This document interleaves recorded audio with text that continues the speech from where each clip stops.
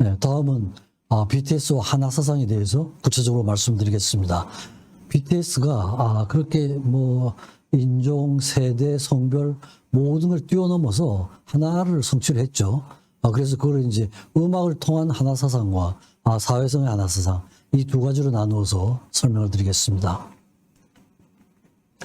전체적으로 보면은 초기에는 굉장히 거칠고 서툰 접근이었다고 되어 있습니다. 그런데 오히려 이렇게 거칠고 서툰 접근이 미국에서는 아주 자연스럽다고 이렇게 받아들여진 거예요.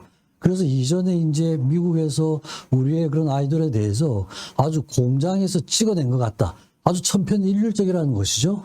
그래서 스타일이 아주 비슷하니까 거기에 이제 좀 염증을 느끼고 있었는데 BTS가 나타난 거예요. 그러니까 이제 서툴고 거칠고 서툰 이런 접근이 오히려 자연스럽게 받아들여진 이런 거였습니다. 그리고 BTS는 현지화 전략이 전혀 없었습니다. 현지화 전략이라고 하는 건 이건 결국은 돈 문제예요. 외국으로 진출을 하려고 그러면은 그 지역의 아주 실력가들, 뭐 평론가들, 방송하는 사람들 이런 사람들한테 섭외를 해가지고 그 사람들이 방송을 타게 해주고 설명을 하고 이게 이제 탑다운이죠. 위에서 아래로 내려가는 건데 BTS는 초기에는 그 회사가 돈이 없었어요. 방시혁 그분이 새로 나와가지고 빅히트 엔터테인먼트를 차렸을 때는 자금이 뭐 거의 없는 상태였죠. 그러니까 이제 그렇게 할 수가 없었고 바닥부터 훑어간 거예요. 아미가 생기면서 그렇게 된 거였죠. 그리고 이제 그런 그 멤버들이 상당히 음악적인 창작 능력을 갖춘 상태에서 픽업이 됐고요. 그 다음에 아주 초반부터 단순히 노래만 하는 게 아니고 각 멤버들이 뮤지션, 아티스트로서 작곡에도 참여를 하고 그다음 작사에도 참여를 하고 뭐 춤에도 참여를 하고 이런 자세였죠. 그죠? 그래서 처음부터 아주 아티스트로 키운 이런 게 있었고요. 또 힙합을 기본으로 삼은 점인데 결국은 이제 이게 미국의 중심의 힙합인데 초기에 굉장히 비판을 많이 받았습니다. 힙합 아이돌이잖아요. 힙합하고 아이돌은 서로 이렇게 공존할 수 있는 이런 게 아니라고 우리 특성이. 그래서 비유를 갖다가 뜨거운 얼음 이런 식으로 비유를 합니다. 뜨거운 얼음, 뜨거운 거하고 얼음은 서로 맞지가 않잖아요. 근데 이제 이런 식으로 굉장히 힙합으로부터도 비판을 받고 아이돌로부터도 비판을 받은 이런 거였는데 결과적으로는 그 두 가지가 굉장히 성공적으로 통합이 된 것이죠. 그 다음에 아주 현재 이거를 유행하는 음악과 과거에 전통하고 잘 조화를 이루었고 퍼포먼스가 아주 화려하고 뮤직비디오가 또 아주 뛰어났죠. 그리고 진정성, 이건 늘 강조가 됩니다. BTS에서 그렇게 공감할 수 있었던 건 음악의 태도의 진정성을 많이들 얘기를 해요. 그리고 또 주제별 접근이죠. 아주 체계적이에요. 학교, 청춘, 사랑, 인성 이렇게 나갔죠. 그죠? 그 다음에 아미들하고 이런 모든 과정이 그런 그 밑바닥부터 청중들과 하나가 될 수 있는 중요한 기반이 됐다고 말씀드릴 수가 있습니다. 음악적 형식상에서는 뭐 힙합이죠. 결국 이것도 전통은 한국의 전통의 바탕을 둔 거예요. 원타임이 최초의 힙합 아이돌을 표방한 그룹이었고 H.O.T가 태의 전사의 후예라는 노래가 그게 힙합과 아이돌의 결합을 최초로 제시한 노래였습니다. 그 후에 이제 서태지와 아이들 나오면서 음악, 퍼포먼스, 뮤직비디오 이 세 가지가 삼위일체가 되는 이런 거였죠. 그래서 서태지와 아이들을 현대 한국 K-팝의 시조로 이렇게 이제 평가를 받고 있습니다. 결국 BTS는 이런 한국의 전통을 그대로 이어받아서 새로운 스타일로 개발을 한 것이죠. 군무 뭐 이런 것들이죠. 대중음악으로서의 정체성과 시대 정신을 담아내는 이런 데 이제 성공을 한 것이었죠. 외국의 힙합하고도 대중음악하고의 합일 이런 겁니다. 결국은 힙합이니까 힙합의 역사를 잘 살펴서 이 힙합도 그 내용이 굉장히 복잡한 것 같아요.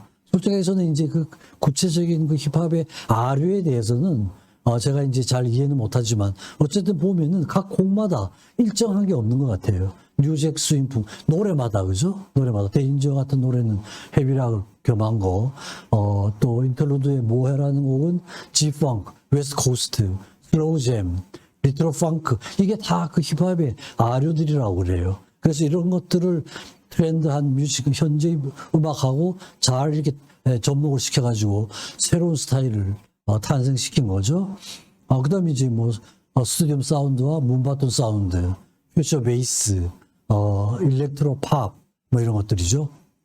라틴 베이스들, 이런 것들입니다. 그래서, 제가 이제 이건 뭐 일부의 예만 말씀드렸는데 굉장히 각 곡마다 거의 다른 것 같아요. 그래서 혹시 관심이 많은 분들은 제가 이 책을, 참 잘 쓰신 책 같습니다. 아주 전문가신 것 같아요. 김명대란 분이 2019년도에 BTS 더 리뷰란 이런 책을 내셨는데, 보시면은 아마 각 곡마다 음악적인 특성이 어떤가 하는 건 잘 알 수 있는 그런 책자가 될 것 같아서 제가 소개를 드립니다. 메시지죠. 메시지도 공감력 있는 메시지 시리즈로 내는 거. 아까 말씀드렸었죠. 주제를 잡아요. 학교, 청춘, 사랑, 인성 이런 거죠. 학교 주제는 고민, 정신건강, 왕따 문제, 공부, 자살, 꿈, 행복 이런 건데 결국 이게 보면은 바탕은 우리나라 청소년들이 겪는 이런 고민들인데 이건 다 보편적인 거죠. 원나라 청소년들이나 공통적으로 겪을 수 있는 그런 문제를 다루니까 공감을 받을 수 있는 거예요. 청춘 문제도 마찬가지죠. 그죠? 청춘의 불안함, 뭐 인생의 가장 아름다운 순간, 청춘을 즐기는 거 이런 게 우리나라만은 아니잖아요. 그죠? 공통적인 주제예요. 사랑 주제. 사랑이라고 하는 게 어느 한 나라에 국한된 건 아니잖아요. 인성 이런 거예요. 그러니까 아주 체계적으로 주제를 정해서 발달을 시키고 또 각 그 단계마다 그걸 이어주는 앨범들이 있습니다. 연결시켜 다리 역할을 하는 앨범들이 있어요. 그래서 이런 과정을 보면 정말 아주 굉장히 큰 그림을 그리는 사람이 계셔가지고 그분이 아마 전체적인 계획을 짜고 아주 체계적으로 이렇게 해나가는 이런 그룹인 것 같습니다. 아마 그 팝의 역사상 이렇게 체계적으로 주제별로 해나간 이런 그룹은 없지 않았을까 싶어요. 그래서 이런 것들이 BTS 개개인의 직접적인 체험을 바탕으로 이거죠. 진정성이 느껴지는 거죠. 작곡, 작사하는 과정에서 모든 멤버들이 같이 참여를 하고 또 한국적인 상황을 노래를 하지만 보편적인 주제가 되고 그죠. 그리고 도대체 그 미국 그 본토에서 우리나라 말로 노래를 한다는 게 이게 엄청난 변화의 엄청난 용기죠. 그죠. 근데 이게 통하는 거예요. 그죠. 근데 상황이 처해 있는 상황이 비슷한 상황을 주제로 하니까 그게 통하지 않았을까 이렇게 생각을 합니다. 그리고 음악의 진정성이 깊어져서 공감을 자낸다 이런 거예요. 그러니까 이제 말도 이게 보면은 글자도 그렇고 이게 영어 하는 사람들이 얼마나 자존심이 강합니까? 자기 나라 말 아니고 딴 나라 말은 말같이 생각지도 않는 사람들이에요. 그런데 가서 이 동방의 아주 조그만한 나라의 한 그룹이 가서 자기 나라 말로 노래를 해가지고 그게 그냥 전 세계적인 관심을 일으키고 그냥 말하자면 미국을 점령하다시피 한 거죠. 그죠? 이건 뭐 우리가 굉장히 자랑스럽게 생각해야 될 그런 과정이 아닌가 싶어요. 메시지가 아주 긍정적이죠. 그죠? 청소년들에게 내고 어려운 일이 있어도 그걸 받아들이고 공감하고 하는 이런 메시지들을 계속 내는 거예요. 그죠? 그리고 유엔 유니세프에도 같이 해서 파트너십 출범 행사를 하는데 자신 사랑하라. 굉장히 평범한 소리죠. 그죠? 아주 평범한 소리, 저걸 누가 모릅니까? 그죠? 근데 아주 평범하기 때문에 많은 사람들에게 공감을 불러일으킬 수 있다는 거예요. 그리고 자신의 목소리를 내라. 이런 거죠. 그러니까 이건 BTS들이 자기들이 작곡을 하면서 작사를 하는 과정에서 직접적으로 참여를 했기 때문에 저런 메시지를 자신 있게 내는 거예요. 자기의 체험이 바탕이 되지 않고 남의 말을 그대로 전달한다 그러면은 절대로 그게 설득력이 없어요. 근데 BTS는 그룹 자체가 멤버들이 자기의 목소리를 내는 이렇게 시작을 한 것이죠. 그죠? 그러니까 저런 메시지를 낼 수가 있는 겁니다.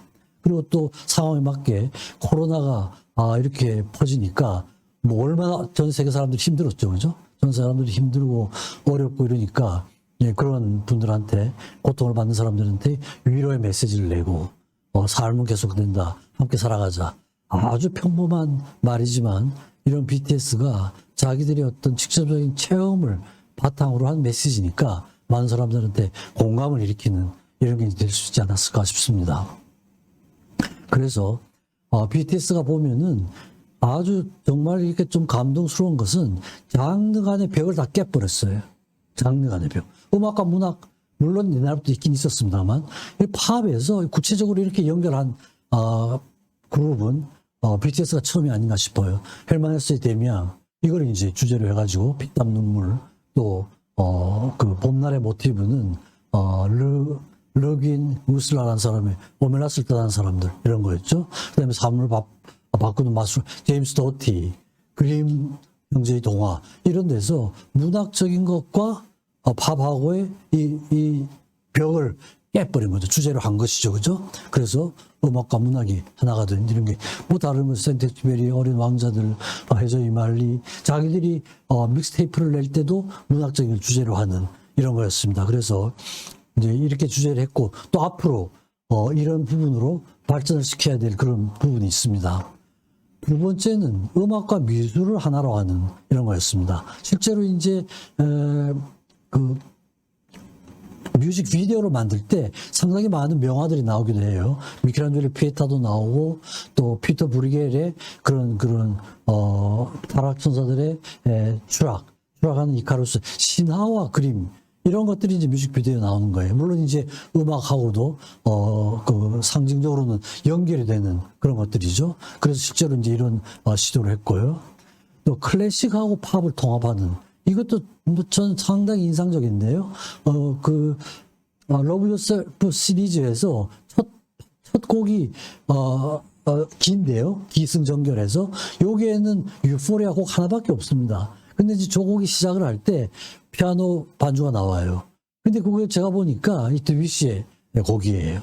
아주 몽환적인 선율의 피아노 음악이 나오는데 드뷔시의 그 달빛인데 1905년도에 베르거 마스크의 모음곡이란 그 곡의 세 번째 곡이 달빛입니다.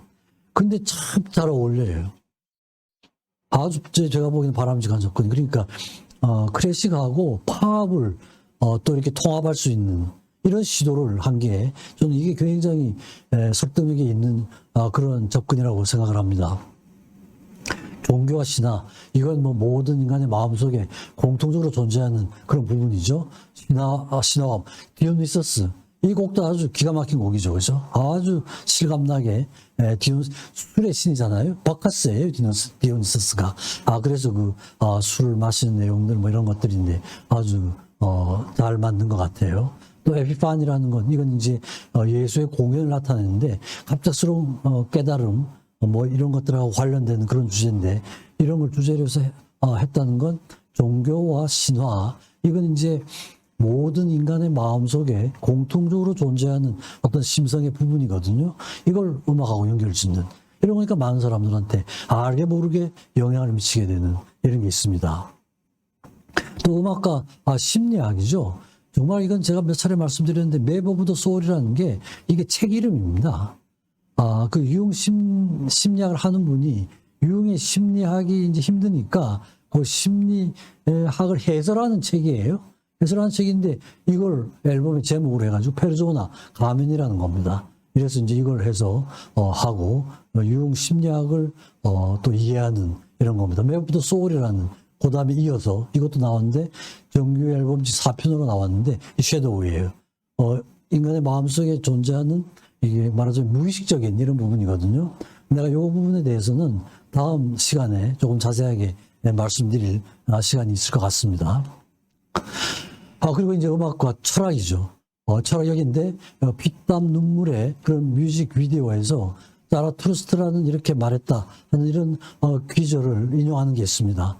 춤추는 별을 잉태하려면 자신의 내면에 혼돈을 지녀야 된다 이러고 그 고통을 통하여 삶의 창조나 극복 가능성을 강조하는 이런 건데 즐거운 학문에서 너 자신이 되어라 이러고 스스로 기존 관습과 평론을 깨는 다이나마이트 스스로가 다이나마이트라고 선언한 게 니체예요. 그래서 이제 어떤 평론 그 해설가는 혹시 BTS의 다이너마이트가 니체의 이런 철학과 또 저런 그 선언에서 관련이 있지 않나 하는 이런 이제 평을 하는 그런 그 평론가도 있습니다. 그다음에 이제 그 하나사상이죠. 그래서 사회성입니다. 사회성인데 이건 뭐 유튜브나 트위터, 방탄맘, 브이랍 이런 걸 통해 가지고 계속 그 아미들하고 청중들, 대중들하고 팬들하고 관계를 갖고 있죠. 트위터 계정이 뭐 거의 세계 탑이죠. 또 탑 소셜 아티스트라는 상을 5년 연속 수상을 했죠. 그 전까지는 저스틴 비버라는 가수가 2011년부터 16년까지 계속 수상을 했어요. 근데 BTS가 2017년부터 하고 나서는 지금까지 계속 BTS가 지금 5년 연속 탑 소셜 아티스트 수상을 하고 있습니다. 그래서 이런 그 소통의 결과 멤버들 간의 관계도 비교적 양호하고, 그 다음에 그 방시였던 위에 분들하고 안에서도 굉장히 관계가 좋은 것 같고요. 그 다음에 그 각각의 가족들, 또 이게 아미들이 가족 단위의 아미들이 굉장히 많습니다. 그런데 이제 대개 이제 과거에는 보이밴드라고 그러면 그 아주 젊은 여자 청소년 아이들이 쫓아다니는 이런 그룹으로 생각을 했지만 지금은 개념이 아주 달라졌어요. 가족들이 되고, 또 전혀 독서를 하지 않던 자녀들이 BTS를 가깝게 하더니 갑자기 헬만 헤스 책을 읽는 거예요. 헬만 헤스가 데미안을 주선했다 그러면 데미안을 사서 읽는 거예요.